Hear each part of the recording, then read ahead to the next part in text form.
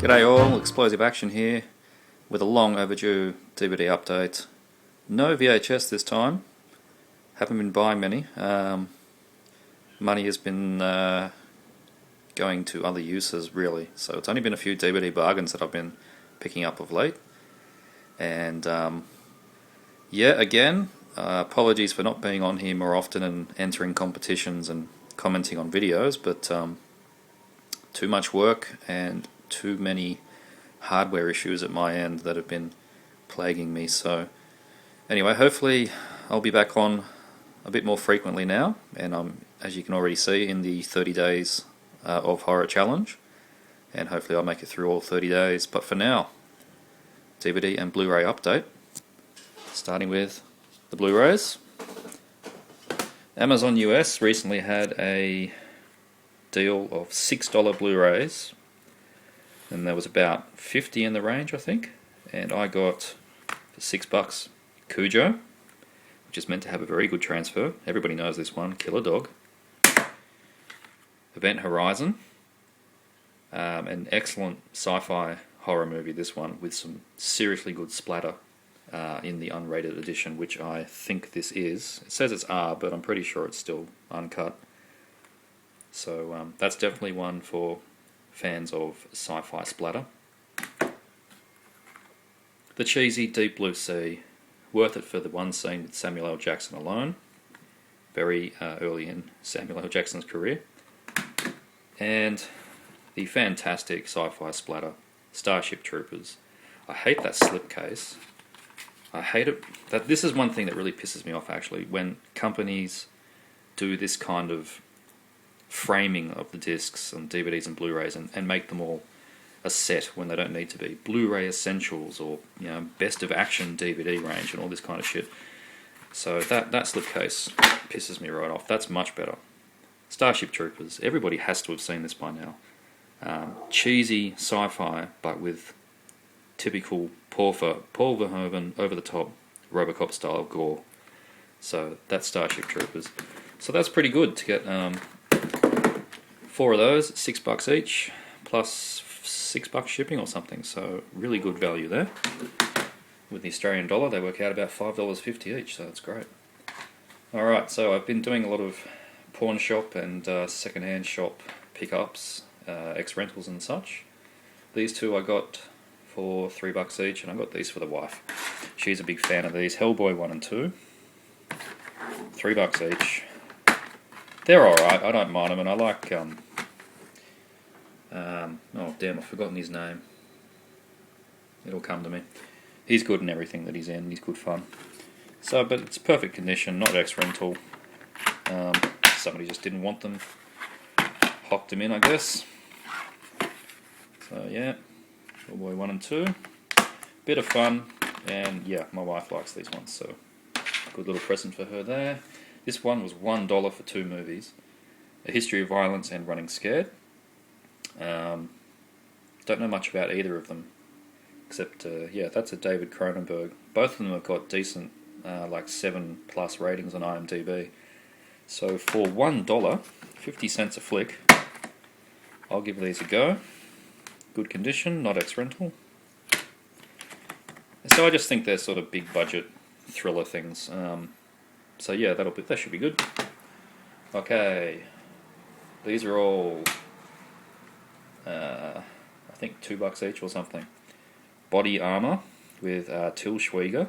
I think that's how you say it, Til Schweiger, who was in Uwe Boll's Far Cry, but he was also in Inglourious Bastards, the remake. Well, not the remake, but Tarantino's Inglourious Bastards, as one of the recruited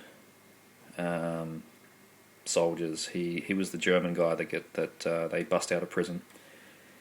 So I'm looking forward to this one. Just some little action thing from the producers of Kiss Kiss Bang Bang, Keep Your Enemies Close. So it's going to be one of those for a thriller, probably with snipers and all that kind of stuff. Should be okay. This one was actually $1. Lorenzo Lamas, good cop, bad cop. I like a bit of Lamas. Everyone likes a bit of Lamas. And for $1, I'll give some more Lamas a go. Excellent. Alright, some trashy horror. This was $2.50, I think. Dead Scared. The Evil Dead meets Scream. Now, that doesn't really entice me, but yeah, $2.50, widescreen. An old AV channel release, which pretty much became Madman, I think. So this is quite early 2000s probably. Yep, some kind of horror, should be okay. This one was good, I've watched this one, Living Hell, Terror Takes Root.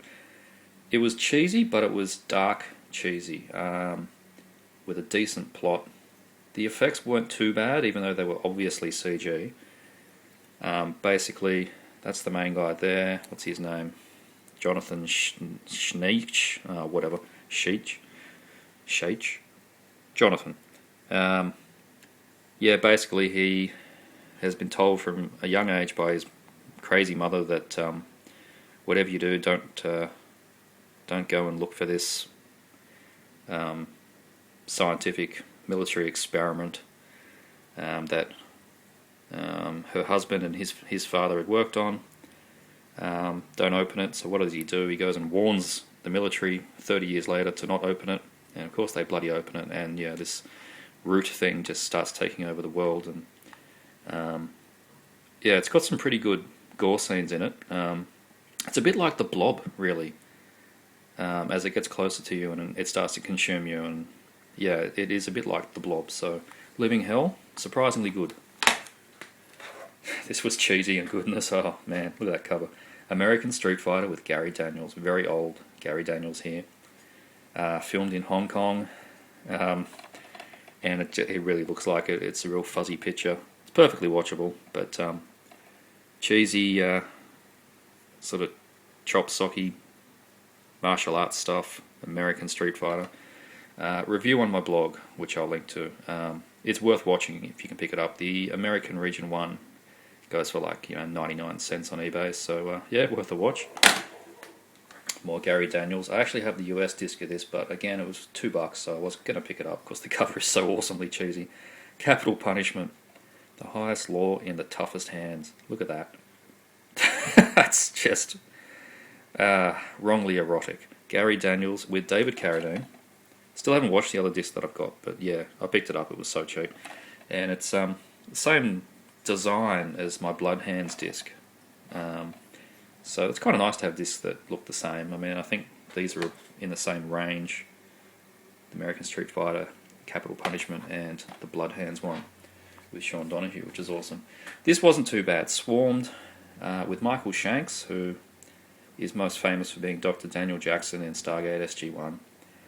It wasn't too bad. Killer Bees, usual Killer Bee movie. There's a whole bunch of them that are very similar. This was less stupid and less schmaltzy than some of the other ones, the ones that, go save my family and all the kids get stuck in the middle of it, all that shit. Less of that. This is just more Killer Bees and science, and it does have the bees invading a small town fate, which is, what usually happens in these movies. But yeah, not bad for, I think it was $3.50 on the Accent Underground range. Accent do a lot of more polished horror movies and that kind of stuff. So it was a bit surprising to see this under their banner. Dead and Breakfast. This was $1. Look at that cheesy looking thing. Never seen this. It looks like it should be alright. It's got a cast of people. Apparently it's got David Carradine in it again. Eva Carradine, who I'm assuming is a brother or sister. Could be the US answer to Shaun of the Dead. Well, that's a death knell right there, because whenever they say that, it never is. But hey, $1. Looks pretty gory and cheesy. The reviews are actually quite good, so I do look forward to that one. Do not look forward to this one. I don't know why I bought this. Dark Reel. I do know why I bought it. Lance Henriksen, but this is why I shouldn't have. Edward Furlong. He's done nothing good since Terminator 2. Nothing. He is a Macaulay Culkin. Not good. And I was going to watch this, but I ended up watching Living Hell, because I pulled it out and it was, if that'll focus, 110 minutes, which is just too much of an ask for a 3 out of 10 IMDb sci-fi horror thing. So, I don't know, one day maybe. $1, Mimic 3, Sentinel. It's been years since I've seen the first one, and I haven't seen the second one, but I've never seen the third one available, so it was $1 or whatever, so give it a go. Studio that thrilled you with Scream, Hellraiser, and Children of the Corn. Well, that's sort of promising, but they just write that on anything, don't they? Mimic 3, Sentinel. Alright, got these from Big W, which, as Andrew Bellina pointed out, was having a 20% off all DVDs. I could have gone nuts, but I don't have that much money at the moment, so I just got 2. The Car, which Aussie Roadshow recommended, and it was $4. 70s horror, anamorphic widescreen. So yep, get that guy. The Car. And this one's good fun, I've seen this before. Dance of the Dead, this was $7.10, something like that. On the Ghost House Underground American series, which is like a smaller version of the After Dark Horror Fest. Not sure if they're still doing the Ghost House ones, but yeah, this was good fun. Actually is getting close to the Shaun of the Dead style of things without screwing it up, so Dance of the Dead, worth watching that guy.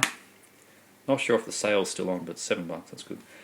This was $1 from eBay, French horror, Them. Looking forward to this one. $1, I really couldn't believe it. It's brand new, it was shrink wrapped actually. Anamorphic widescreen, looks really good. French horror is always the good stuff. So there we go, Them. Also called Ills. Oh, I just dropped a whole pile of DVDs. Okay, my local pawn shop has become my new favourite place. For $3, the complete series of the Dilbert cartoon. This is 4 discs of Dilbert goodness, and as I am essentially an IT cubicle worker, this is mandatory viewing. Has the booklet and everything. This is a real good bargain. Whole series of the animated cartoon, 4 discs, $3. This was $3, and I'm considering this my bargain of the month, really. Species, The Complete Evolution, $3. All 4 movies. Some of you may be going, they made more than one? Yep, they made 4. There's the first one with Natasha Hendrich, or however you say her name. There's the second one where I think she makes a cameo, but I haven't seen the second one. The third one I just watched, and was good cheese with actually a surprising amount of gore. And they covered up the fact they had no budget by zooming in on the monsters a lot, which was annoying, but not a bad way of getting around it. And Species 4, which is another one for the Sci-Fi Channel, I think. So for $3, $3.30, I think. Yeah, that's a really good buy. I was happy with that. Species Complete Evolution. This was $2.50, and I've not seen it before. 28 weeks later. I love 28 days later, but I kept putting off watching this guy. I know it's not meant to be as good as the first one, but yeah, $2.50. I will give that a go.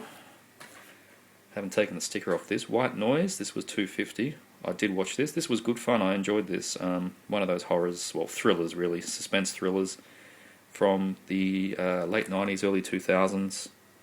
Oh, 2004 actually, that I missed. It's quite sort of Sixth Sense crossed with a bit of The Ring, because it's all about the guy, Michael Keaton, you know, the original Batman, original cinema Batman, whose wife has died. He goes, sees a crazy guy that says he can contact her through the static in the TVs.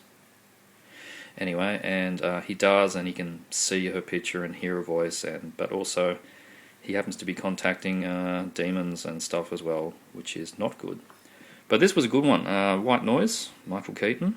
Yeah, if you do like stuff like The Sixth Sense, then yeah, good one. This was a good piece of cheese pickup, Invaders of the Lost Gold, in widescreen, and the print's not bad considering 1981 Filipino trash. It's not sourced from VHS, it's quite a good picture. And it's just a trashy, what is it, Japanese soldiers in World War II escorting a large shipment of gold through the jungles in the occupied Philippines when they are ambushed by a group of bloodthirsty cannibals. Awesome. The reviews on IMDb are disgraceful, it's like 2 out of 10. I don't care. Part Cannibal Holocaust, part Raiders of the Lost Ark. Of course I'm going to pick this up. Invaders of the Lost Gold. This one was sent to me as a gift. Parole Violators, Sean Donahue. That's just cheese right there. Action cheese. Sean Donahue. That looks so bad. It's going to be great. And lastly, Dick Smith pickups. I like my Dick Smith pickups, $2 each. Freedom Strike with Michael Dudikoff. And I think... no, I don't recognise anybody else in that. Tone Lock. Sounds like a rapper. It's usually a death knell, isn't it? Freedom Strike, $2, Michael Dudikoff. Rising Storm, where heroes are outlaws, some kind of post-apocalyptic thing. Los Angeles near future, city ruled by a repressive, puritanical maniac known as the Blessed Reverend. Well, that sounds like gold, $2. And lastly, this one's meant to be quite good. Made for cable TV movie, Flight of the Black Angel, with Peter Strauss, whoever that guy is. Quite long, 102 minutes. Deeply psychologically disturbed Captain Eddie Gordon, a F-16 pilot for the US Air Force, yada yada yada, simulated combat, blah blah blah, shoots things down. That should be fine. Flight of the Black Angel. And that's my pickups this time. No VHS, but this is pretty much a month's worth of stuff. Yep, so apologies for not being on that often recently. Hopefully normal service will be resumed shortly. Yep, that's all this time. And I'll see you all guys with the 30 Days of Horror Challenge.